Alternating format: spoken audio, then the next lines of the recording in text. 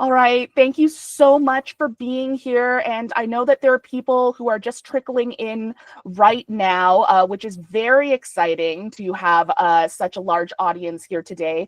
The first thing I'd like to do before we get started is actually turn this over to Candice from Blue Sky Learning, who just wanted to share a couple of words. So Candice, why don't you take it away? All right, so welcome everybody. This is webinar number 6 that we're running with Blue Sky Learning, and we're really glad you can all join us today. So if you'd like to, as Veronica said, put some chats in the comments. There's some orange text on her slide there, which you can just add your name, where you're tuning in from, and follow some of the other prompts as well, just to give us some details about why you're here today. And I'll pass it right on over to Veronica. Amazing. Thank you so much, Candice. And I'm so excited to be doing, this is the first time I'm doing this presentation, and I'm so excited to be doing it with Blue Sky Learning. They've been an incredible resource here in Toronto for neurodivergent folks. And, you know, hopefully some of you, whether or not you are based in Toronto or you are based outside of our country or of our area, you know, hopefully today we're going to be giving you some really helpful, you know, insights as to how to develop a neurodivergent-friendly career strategy. Now, just to kick things off here, I do want to just ask a couple of questions, and feel free to react in the chat and share your thoughts. You know, I really want to hear from you guys. But the first thing, I want to see if any of these points sound familiar. Number one, you are a neurodivergent person trying to navigate a world that wasn't built to accommodate you. You have the skills and abilities to do great work, but you're constantly struggling with social barriers, high masking, and burnout. And you jump between jobs frequently because you keep experiencing burnout, leading to fallout with employers.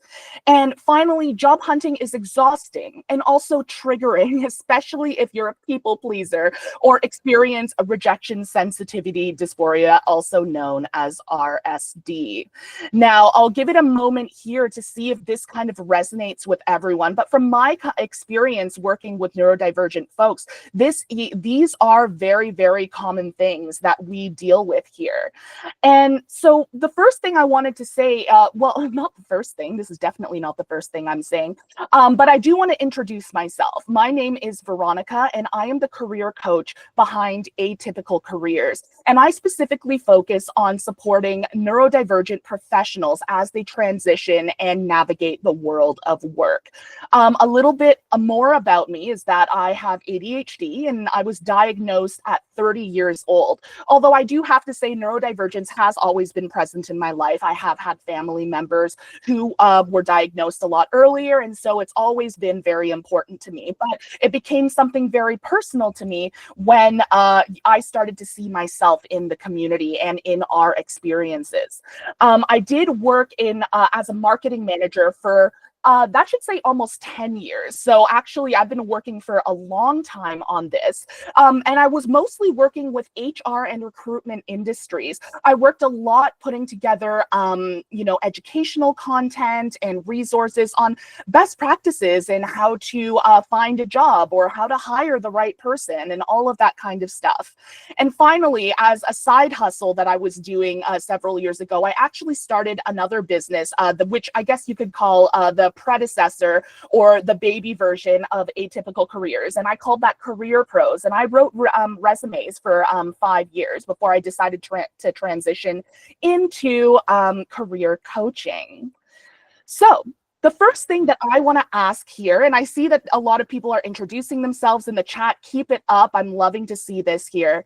But the first question I want to ask is, what is a neurodivergent-friendly career strategy anyway? Now, I totally understand if some of you, you know, upon seeing the title of this presentation was just like, does that even exist, Veronica? That's not a thing. Like, you know, what is a neurodivergent-friendly career strategy? And, you know, I understand skepticism. I get that, you know, we've all kind of been burned before. We've all been told that this is neurodivergent-friendly and that is neurodivergent-friendly, when it's actually more just a gimmick to try and get us to like download the latest app or download a random ebook and everything. But I promise that there is an answer to this, and it might actually be simpler than you think. And what a neurodivergent friendly career strategy is simply a strategy that works for you. And no one else, really. Every neurodivergent professional has different strengths and challenges, circumstances, access to resources, and more. Because of this, there is no one umbrella solution that will suit all of us. It just doesn't make sense. There's so much diversity between people who are ADHD, ADHD, autistic, dyslexic, experiencing different types of trauma, and all of that kind of stuff. And as I say in the second passage there, things get more complex if you layer on different identities. For example, if you are a queer person, if you are physically disabled, or a visible minority in other ways. And so definitely that is the heart of what a neurodivergence-friendly strategy is really getting to know yourself and being able to come up with ways to accommodate yourself, to create structures that will actually allow you to lean against them during tough times and all of that kind of stuff there. Now, there are a couple of essential skills for navigating a career transition. And here are the four that I kind of find are universal throughout all of the neurodivergent folks that I've worked with before.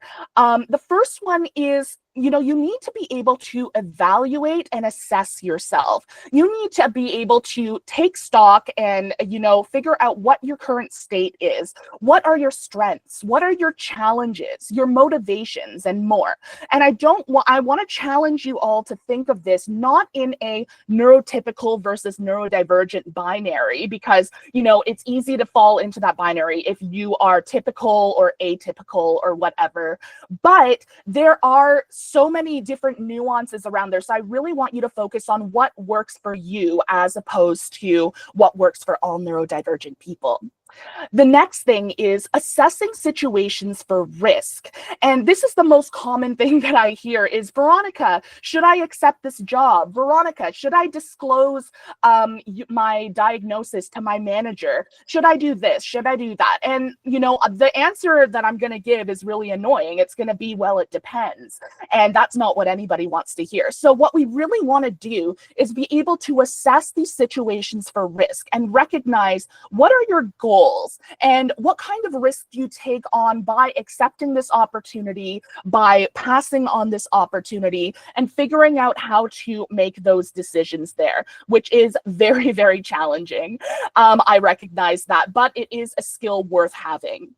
The third thing on this list here is managing your energy and focus levels. Now, some of the most annoying, advice that I both received and had to give when I was working with the mainstream, career resources was just talk to everybody, send an email to anybody who will give you the time of day, apply to every single job. And I'll just be sitting there being like, with what energy, with what time, with any of that, right? It doesn't make sense for us. Maybe it makes sense for someone who has a lot of resources and has a lot of time and, has people who they can lean on and services and stuff like that. But it doesn't really make sense for a neurodivergent person who might be borderline or even straight up in poverty and trying to get out of that. So it's very, very important to recognize that your energy and your focus levels are a resource in itself, just like you would consider it money a resource or time a resource or any of that kind of stuff. And you need to use it strategically. The last thing that I want to say in this list is it's very, very important to be able to advocate for yourself and, being able to communicate your needs and solutions, which I would add in here, and solutions that will help you access the supports that you need. Now, one of the challenging things is, if you don't, and this kind of links back to point number one, is that if you don't know what you're dealing with, if you don't understand your strengths, your challenges, your motivations, and whatever I put out there, it's going to be very difficult to advocate for yourself because you don't know what you're trying to address, and you don't know what you're trying to, I hate the word fix, but that's really not the word I want, but it's the one I'm going to use in this moment here. But if you actually have the words and, you know, the ability to actually communicate them, and I'm not just saying it verbally, I'm saying putting it in writing, or being able to just, you know, straight up be able to create that language that will help other people understand what you need, that's only going to benefit you. Now, in an ideal world, other people would come and try and support us preemptively, but we don't live in a perfect world. So we do absolutely need to be able to advocate for ourselves there. Hopefully that is helpful. Today, what we're going to be doing is we're going to be covering a condensed version of my online course, which I am currently working away at. If you know me in real life, you've heard me moan and groan about how I've been pushing through this for almost a year, but it's something that is so near and dear to my heart. And I really, really do believe in the value of providing, you know, these kinds of resources that are actually made for neurodivergent brains. So I do actually have a mailing list in case anybody is interested. No pressure, but I'm going to drop it in the chat right now, and I'm going to pin it here. So feel free to add yourself to that list if you want some more updates as we get closer to the fall and when we hopefully get closer to launching a Buzz Academy. And at the heart of that will be my online course on developing a neurodivergent-friendly career strategy.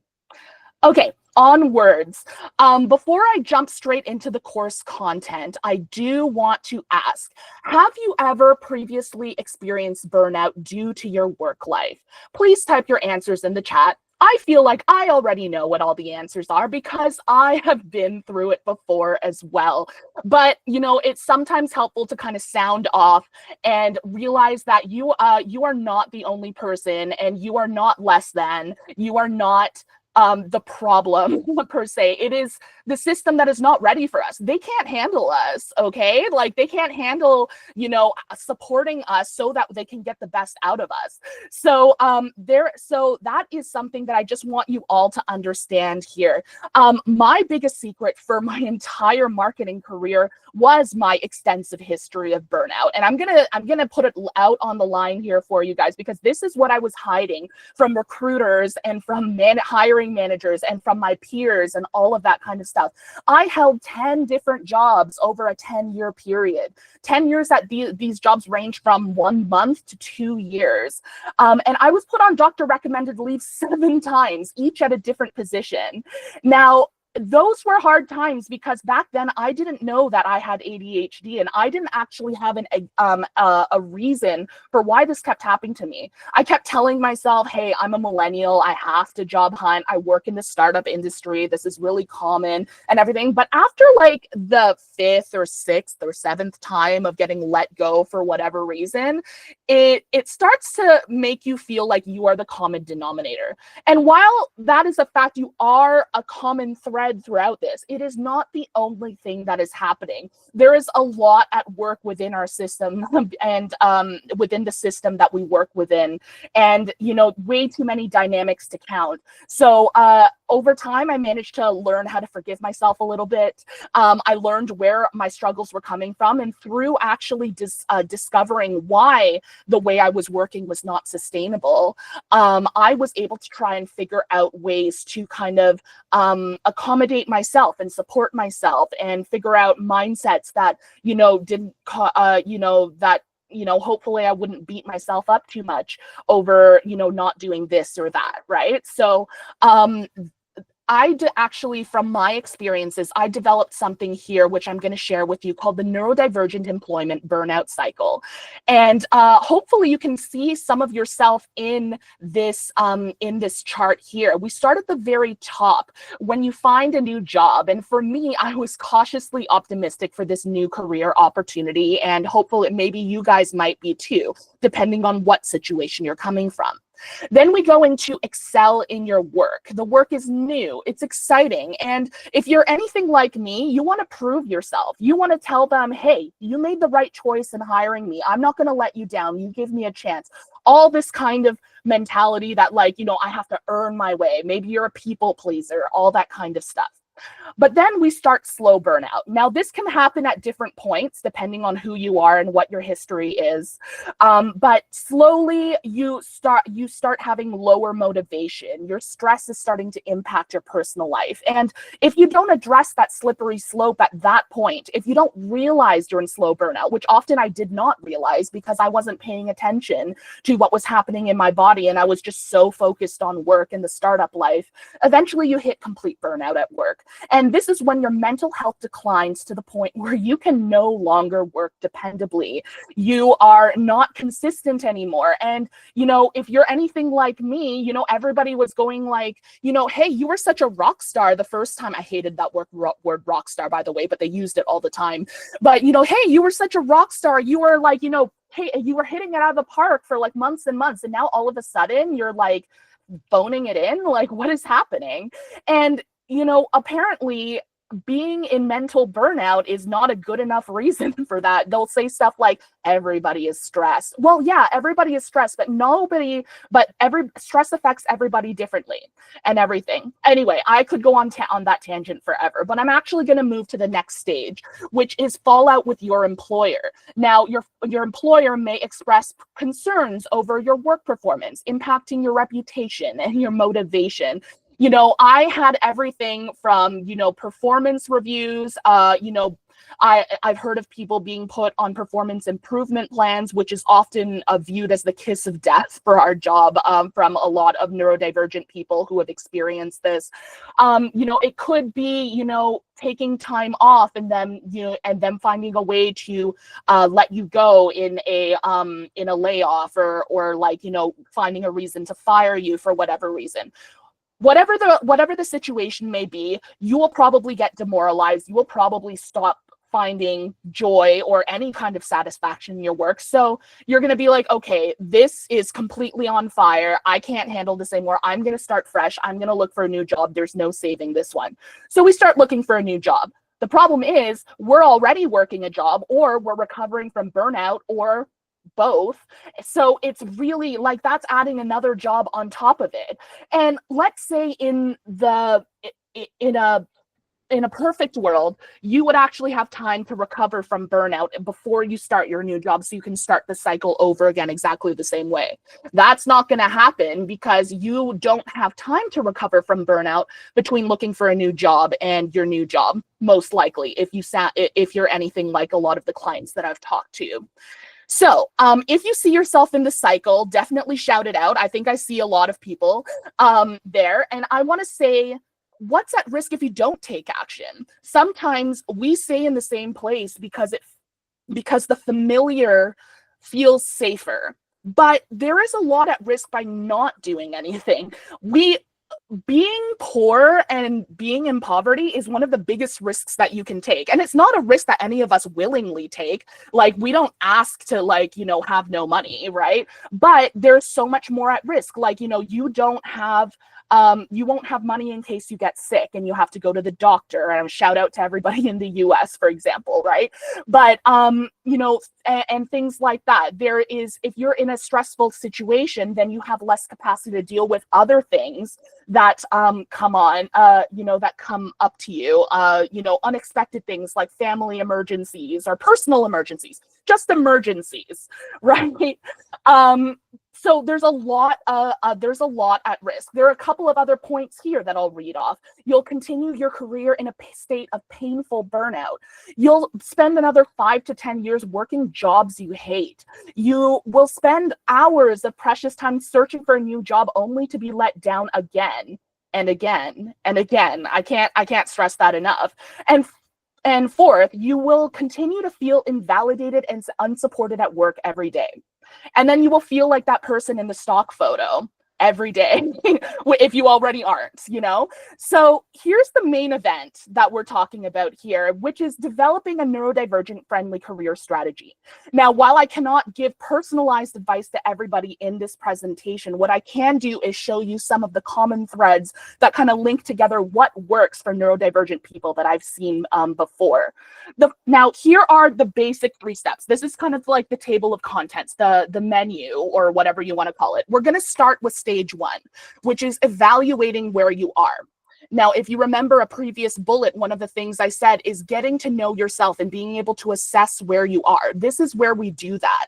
We want to talk about, you know, you can't plan a journey without knowing where you are right now. So, you know, you might think that you know all of your skills and you know everything about, like, you know, your experiences and stuff, but it's so important to kind of take stock of that on a regular basis so that you can update in your mind, hey, who is this person that I am trying to promote in the working world and everything.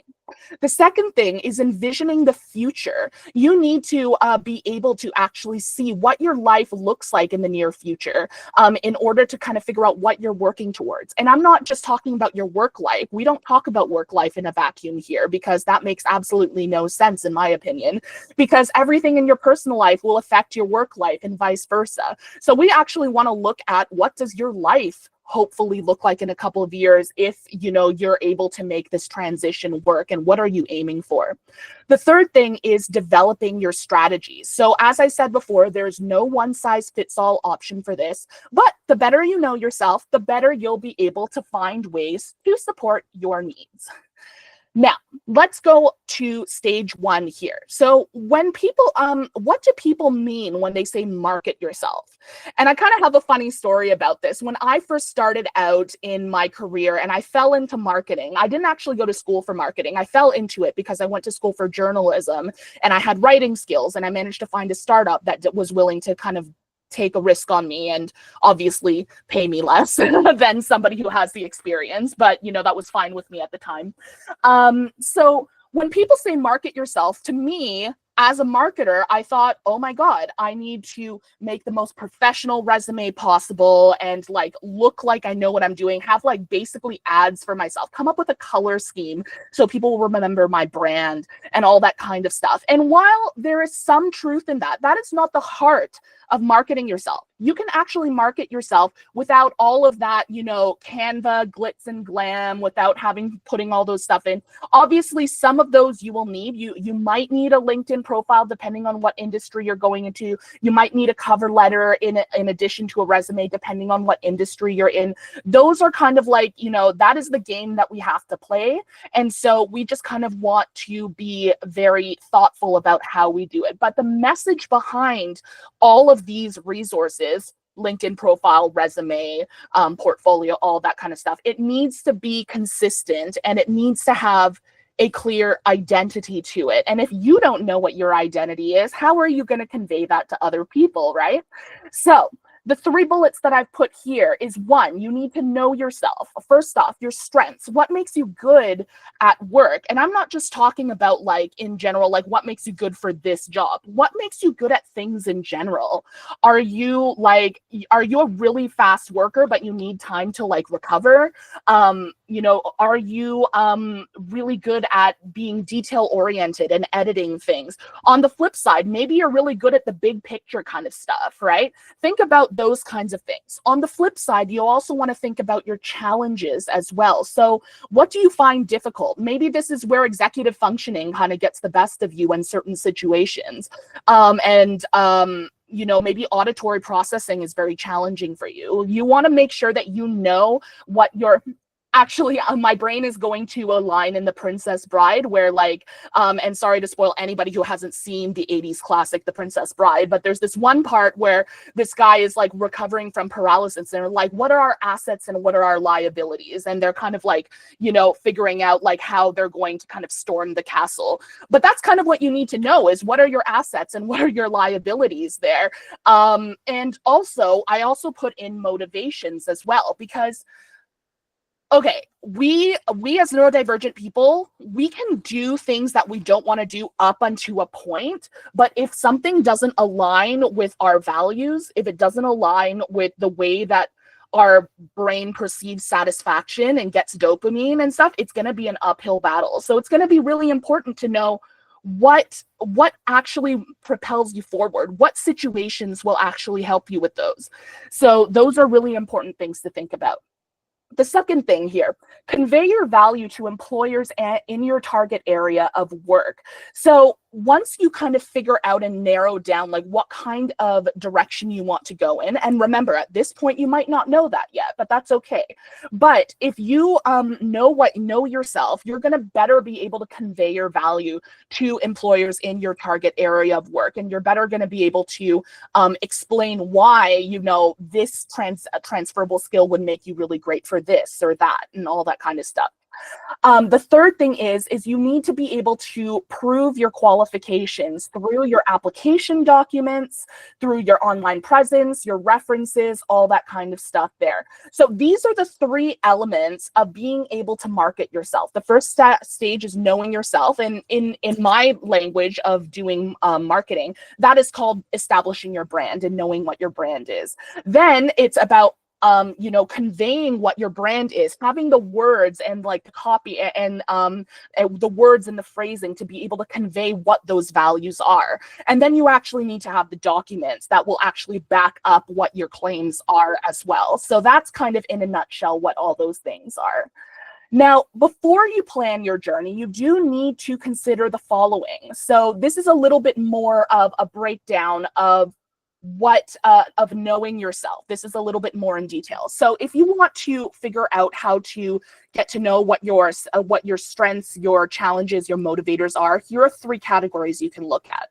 One is your skills and experiences. So one exercise you can do, and I know a lot of you are going to be like, oh, this sounds like torture, but go through your old resumes, go through your LinkedIn profiles and work history and find trends in the information. So actually write it all down or dictate it, like however you want to do it, but make sure that you're going through the process of actually reviewing absolutely everything and getting a snapshot of where you are right now. Now, if you find that kind of work difficult, finding a body doubling program or finding a friend who you feel safe with, or a safe person who can work alongside you and help you have some gentle accountability, that would really be helpful as well in these kinds of cases.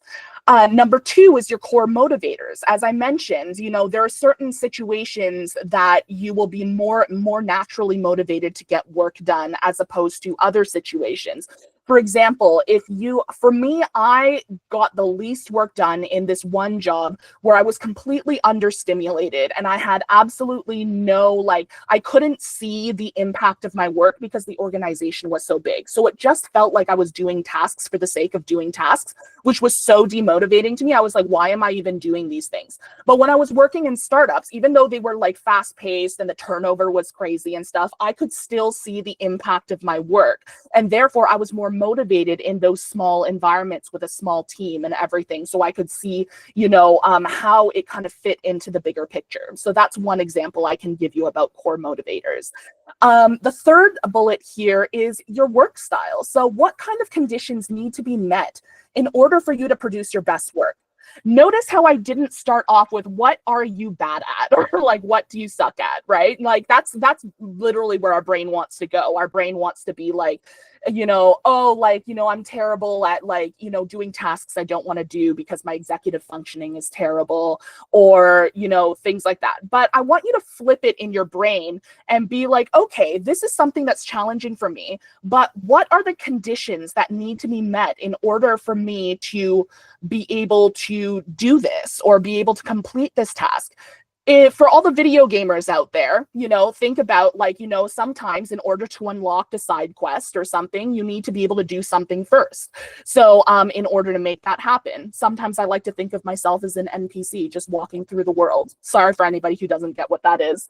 But there you go. That is a little bit there. Now, I do have a little green square in the top right corner. If you ever see this, I do encourage you to screen cap this, because that means that this is an activity that you can do on your own time. We won't have time for you to do it live today, but this is one great activity that I do encourage you guys to do. And also, all of these activities are kind of lifted from the program that I'm going to be launching later on this year. So if you like the way that these are set up, then you might actually be interested in the program as well. Anyway, back to this. So this is a quadrant exercise that I like to use to try and organize in 4 categories what the different skills that you have. So these might be technical skills. Technical skills are things that are more industry based. So for example, as a marketer, technical skills would be my copywriting skills, my ability to manage ads and digital ads and like update websites and stuff like that. Transferable skills are what you call your soft skills. So things like, working with cross-functional teams or, customer service, being able, sometimes that can be considered specific, but, in generally working with other people, that I guess that would be more of a transferable skill. Now, sometimes we get into our heads that if we're good at something, we have to make it our career.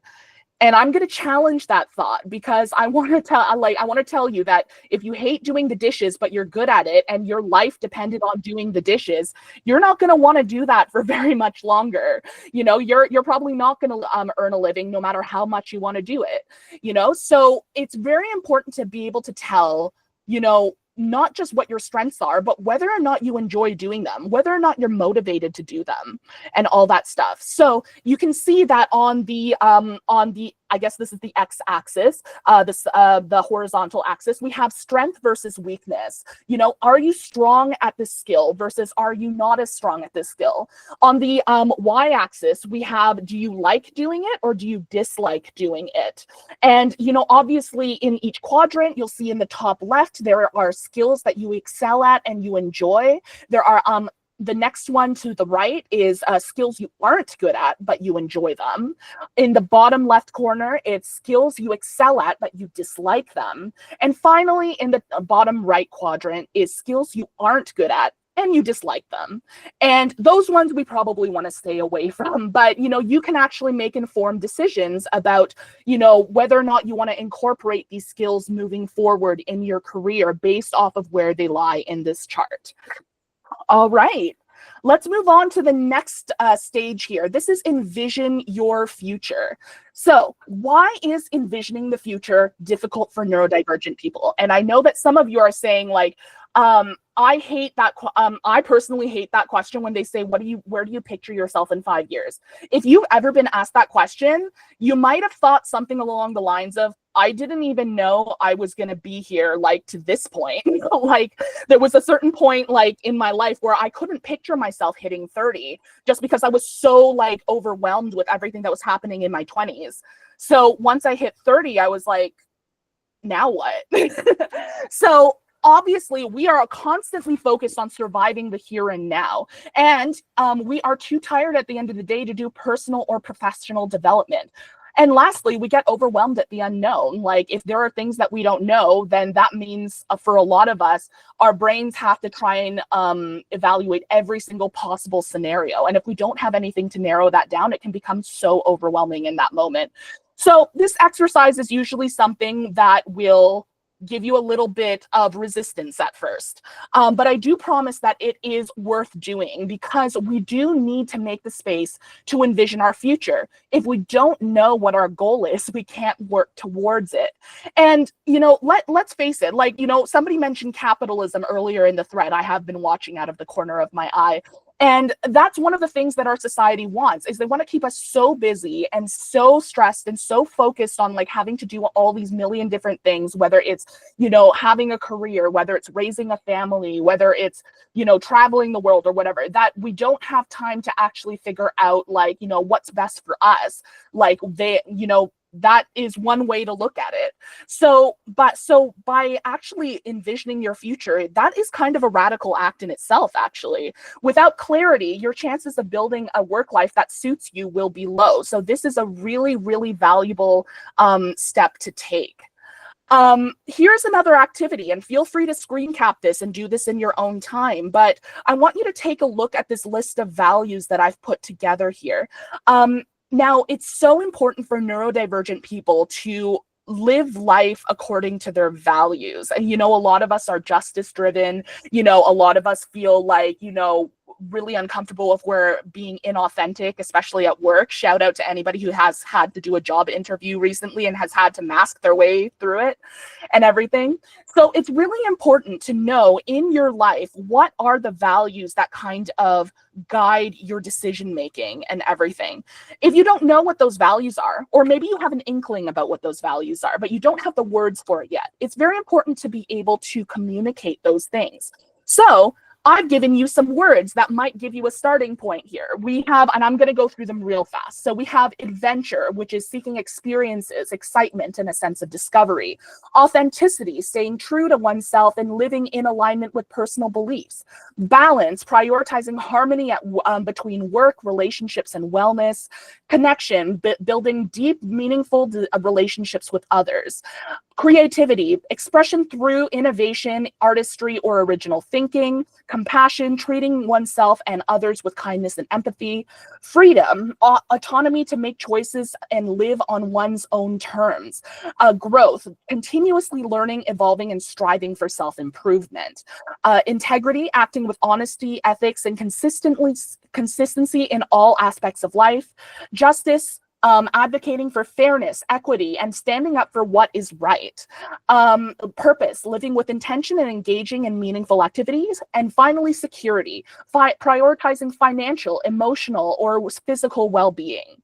Now, those descriptions might not suit you to a T, but they might be really good starting off points to kind of start to distill what is truly important to you and what do you want to keep centered in your life. Because if you don't have your values centered in your life, it's going to be very, very difficult to find sustainability and balance in your life in general, much less your work life. So that is really great. So feel free to screen cap this and share your answers in the chat. I see that there are some people who have already shared them, but I'm going to move on here to number 3. So creating your strategy.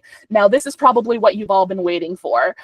So what does a career strategy even look like? Like, the word strategy is such an arbitrary word. It kind of feels a little corporate, doesn't it? It's like, but basically what a strategy is, well, it's a few components, and I'm going to read through these bullets here. One is you have clearly defined goals to work towards. So if you don't have a goal, it's very difficult to develop a strategy because you don't know what you're working towards. If you have a goal, then, that will kind of outline what you need to do to lead up to it. A timeline or roadmap will help you picture each phase from the beginning to end. And that can be really complicated for us to kind of sort out in our minds because a lot of moving pieces will be happening simultaneously. It's not just like do step 1, do step 2, do step 3. It's not like school, right? That's actually how school was. Like, we would finish grade 1, then we would go to grade 2, and that would unlock grade 3, and so on and so forth. But here in real life, in adult life, everything's happening at once. And it's very difficult to kind of do that. So being able to kind of organize everything into phases and figure out what needs to happen within each phase can be very helpful. Third thing, a toolkit of resources and strategies to address anticipated challenges and difficulties. So, if you actually have like resources prepared in advance, like, you don't want to try and find first aid stuff when you have an emergency going on. You want to have a toolkit ready. You want to have that gauze right there. You want to have the bandages. You want to have, I don't know, whatever medicine that you need. I'm not a medic, but this is kind of the same thing. So for example, you could picture something like, okay, I'm having a moment where I'm feeling very activated at work. I'm feeling very overwhelmed. I have in my head, or I have it written down, a bunch of tools, a bunch of strategies that I can use. The moment I start feeling overwhelmed, I'm like, okay, where is a quiet place that I can go to so I can start to kind of process this so that I can get it out of my system? Maybe I have a playlist that I like to play to kind of calm me down. Or on the flip side, I actually have a playlist that I use to kind of hype me up when I'm not feeling very when I'm not feeling very motivated, and I really need to have that external kind of like drive and that external motivation going, you know. So making sure that you have those planned in advance is really important. The way you do that is to know what are the challenges that you experience, which is what we discussed in section 1. So again, you know, section 1 and section 2 is a lot of work, but it does provide the foundation for, you know, you to be able to create your strategy in section 3. Now, the last bullet I've put here is setting up safety nets. So if things don't go as planned, you don't lose all your progress. Now, I will put a little asterisk here. It is a lot harder to set up safety nets if you're poor.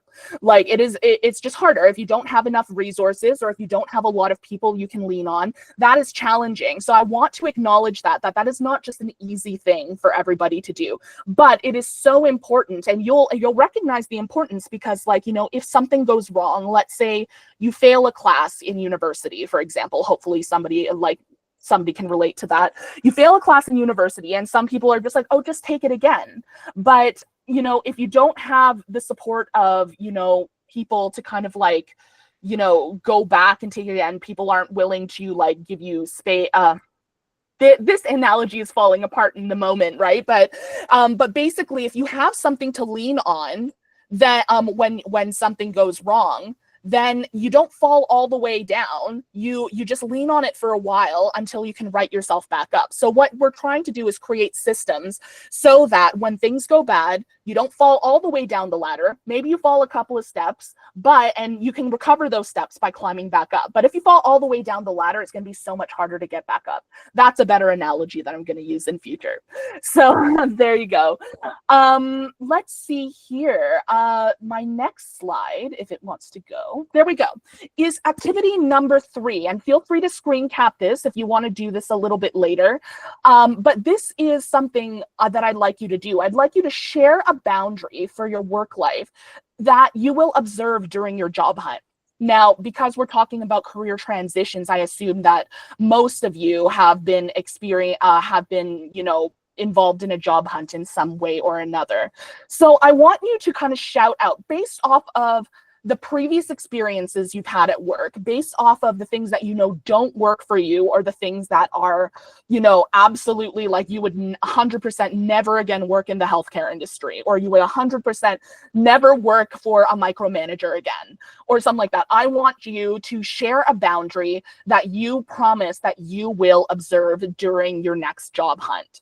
So so I'm seeing some people putting some comments in the chat right now. Continue doing that. That is fantastic. The 2 examples I have here are, I will not pursue job opportunities that promote work culture, or I will only apply to employers who openly promote diversity, equity, and inclusion. Now that one comes with a caveat as well, because sometimes they promote it, but they don't necessarily do it. So that's a different thing that we would dive a little bit more into the course as well. But these are great starting points to make sure that you are respecting your boundaries and making sure that you are setting yourself up to talk to people who are actually interested in wanting to work with you and wanting to support you and all that stuff there. All right, we're making really good time here. I was actually afraid I was going to go over the 1 hour, which is why I was moving pretty fast. And I hope nobody thought I was moving too fast. I tend to be a fast talker. But I do want to chat here quickly about A Buzz Academy once again. So I'm going to pop that mailing list back into the chat just in case anybody is interested or anybody missed the first one here.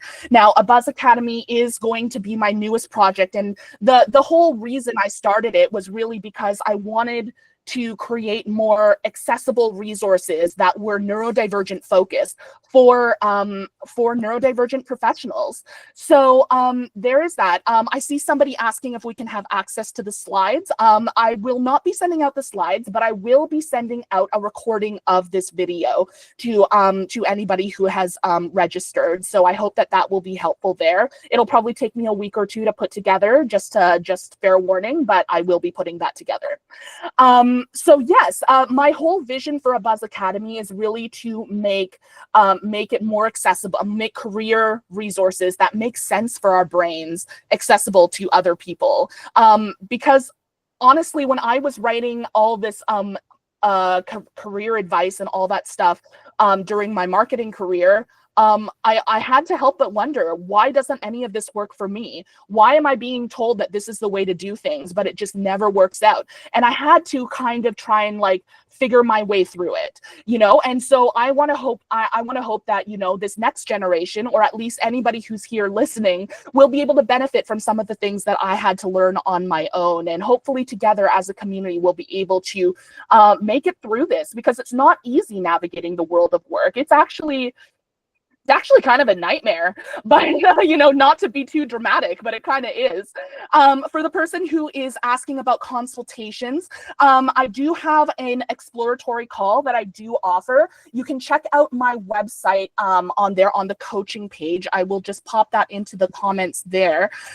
So if it does have a small cost assigned to it, but if that's something that interests you, you can do that, or you can reach out to me through my contact info page. I know that the link didn't actually show up as a hyperlink, but hopefully you can copy and paste it in there. Let's see here. The other thing that I have here is, if you haven't heard about it already, we do have an online Facebook support group. This is kind of my free tier of support that I've been doing for the last couple of years. And it's actually grown to over 75,000 members. In fact, I think we're at 78 in that screenshot there. You know, so if you are on Facebook and if you are looking for, you know, support from, you know, other neurodivergent people from around the world who, you know, have similar experiences and might be able to provide some support and help, I do recommend checking that out there. And I will be posting a link in the chat right now. So definitely check that out if you are interested in that, but I hope that that will be helpful there.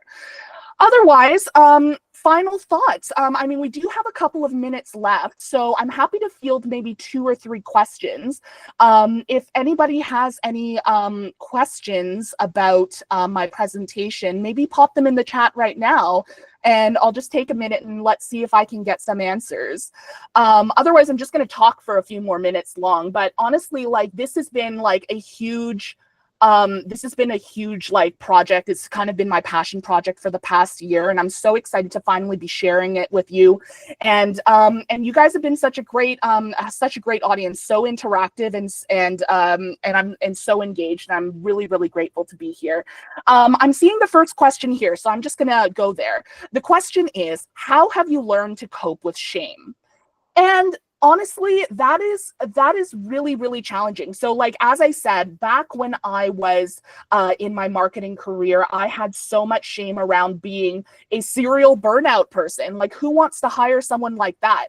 And I think the key thing for me deconstructing that is recognizing where this shame was coming from and realizing that it actually had nothing to do with me.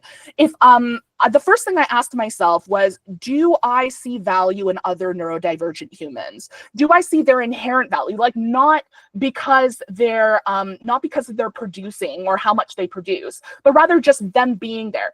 Actually, I asked one of my clients a couple of months ago, because they were saying like, oh, if I'm not productive, then I have no value. And I said, hey, your cat is sitting right next to you. Your cat doesn't do anything. Your cat doesn't pay rent. Your cat just sits there and eats and, you know, uses the litter box and makes you clean up after it. Why do you see value in your cat?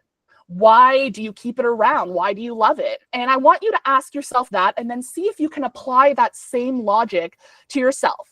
And you know, hopefully, you know, maybe you start off with a cat, maybe you start off by seeing yourself in a cat, and hopefully you'll be able to kind of start seeing your own value. And then you'll start to see that, you know, the structures that we're working within are really the culprits. And if you truly believe that, you know, just existing has value, then I think that you can start to see and recognize some of the other dynamics that are involved there.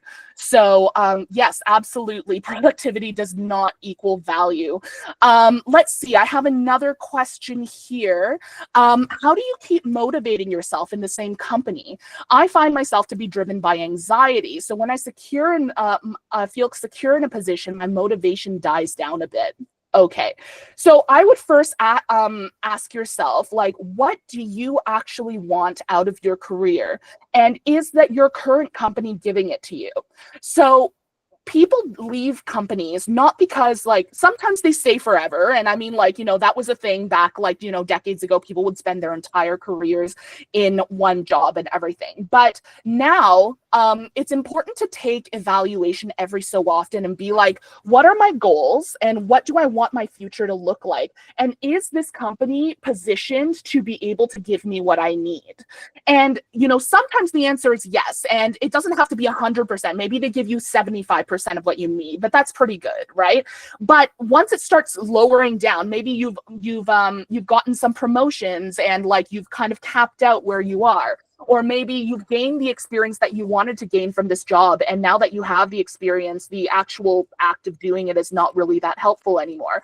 Those are the kinds of things that you need to be able to recognize. The other side of it is, you also need to know that you are valuable enough to put in the effort that it takes to build yourself a good life, a sustainable life, a balanced life. And I know that that's really hard to do in this world. Like, I'm not telling you any of this stuff that I'm telling you is easy.